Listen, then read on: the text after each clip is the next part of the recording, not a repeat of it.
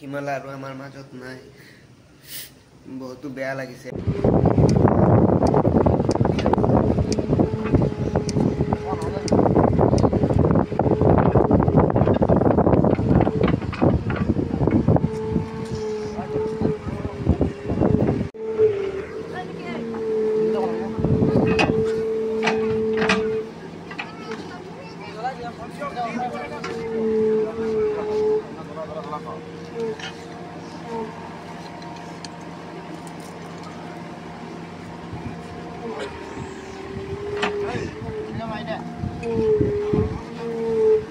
একেলগত থকা হাতীজনী আজি আমাৰ মাজত নাই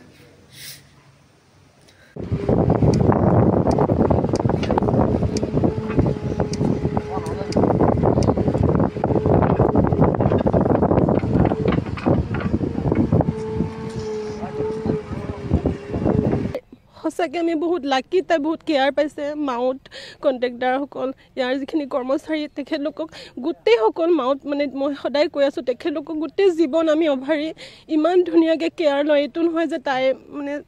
তাইৰ যিজন মাউত তেখেতেহে যে কেয়াৰ ল'ব সেইটো নহয় চবেই মিলি তাইক ইমান মানে আন্তৰিকতা তাইৰ প্ৰতি মানে সঁচাকৈ বহুত কাজিৰঙাৰ এই কৰ্তৃপক্ষক মই বহুত বহুত ধন্যবাদ জ্ঞাপন কৰিছোঁ তো ইতিমধ্যে আপোনালোকে গমে পাইছে যেহেতু আমাৰ লক্ষীমালা আৰু আমাৰ মাজত নাই তেখেতেও আমাক এৰি গুচি গ'ল তাইৰো বেমাৰ হৈছিলে যোৱা 15 দিন ধৰি খোৱা বোৱা একো খাব পৰা নাছিলে সি তাইক অকল পানী খাইছিলে পানীটো তাই ডিঙিলৈকেহে যায় আকৌ ৰিটাৰ্ণ ডিঙিৰ পৰা ঘূৰি আহে তাই পানীটোও খাব পৰা নাছিলে এনেকুৱা অৱস্থা হৈছিলে তো ডাক্তৰেও চেষ্টা চলাইছিলে হাতীজনী আমাৰ লক্ষীমালাক ঠিক কৰিবলৈ তো আৰু কাম নহ'ল তাইৰ মৃত্যু আহিছে তাইৰ মৃত্যুবৰণ কৰিলে তো সেইটোৱে বহুত বেয়া লাগিছে যে আমাৰ মাজৰ পৰা এজনী হাতী আমাৰ সখী আমাৰ মাজত আৰু নাই লক্ষীমালা বহুতে শান্ত হাতী আছিলে তাই কাজিৰঙাত যোৱা 7 বছৰ ধৰি তাই চাফাৰী কৰি আছে বহুত ভাল হাতী ইমান মৰমীয়া হাতী চবকে বেয়া লাগে এনেকুৱা এটা কাহিনী হ'লে কিন্তু কি কৰিম আমাৰ মাজত আৰু নাই লক্ষীমালা চবেই লক্ষীক ভাল পাইছিলোঁ লক্ষী এজনী আছিলে আমাৰ বহুত শান্ত হাতী বহুত ভাল হাতী আছিলে তাই বদমাছি তদমাছি কৰা একো ধান্দা নাছিলে তাইক আমি সকলোৱে বহুত মৰম কৰিছিলোঁ বহুত ভাল পাইছিলোঁ হ'লেও যিহেতু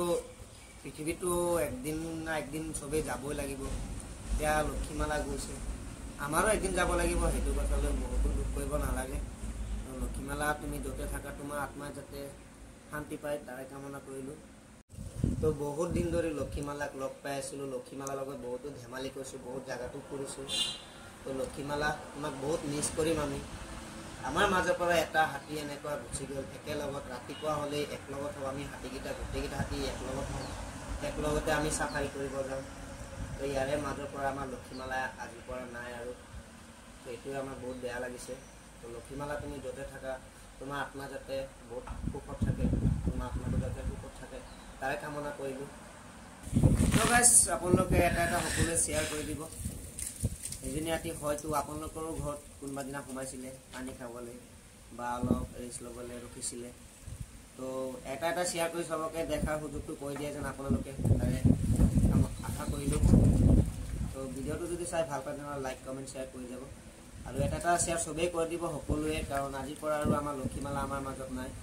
চবেই এটা শ্বেয়াৰ কৰি সকলোকে জনাই দিব লক্ষীমালাৰ মৃত্যু হোৱাৰ কিছু সময় আগতো মই তাতে আছিলোঁ লক্ষীমালাৰ মৃত্যু হোৱাৰ প্ৰায় 3-4 ঘণ্টামান আগত মই লক্ষীমালাৰ ওচৰতে আছিলোঁ লক্ষীমালাক মই ট্ৰিটমেণ্ট চলি আছিলে তাৰে মই বেজী চেলাইন সেইবিলাকক অলপ সহায় কৰিছিলোঁ তাৰে কৈ দিছিলোঁ ধৰি মেলি দিছিলোঁ ডাক্তৰবিলাকৰ লগত তো লক্ষীমালা জীৱিত অৱস্থাটো মোৰ তাতে অলপ কেইটামান ভিডিঅ' ক্লিপ আছে মই আপোনালোকক দেখাম তো চাওক লক্ষীমালা জীৱিত অৱস্থাত অলপ তাইক এনেকুৱা দেখাইছিলে তাই মানে বহুতে একদম অৱস্থা নাইকিয়া হৈ গৈছিলে তাই যিহেতু 14-15 দিন একো খোৱা নাই অকল পানীটো খাইছিলে তাকো পানীটো ইমানখিনি ডিঙিত যায় পেটত নাযায় ডিঙিত যায় আকৌ ওলাই আহে তো তাইৰ অৱস্থা এতিয়া কিছু এনেকুৱা হৈ আছিলে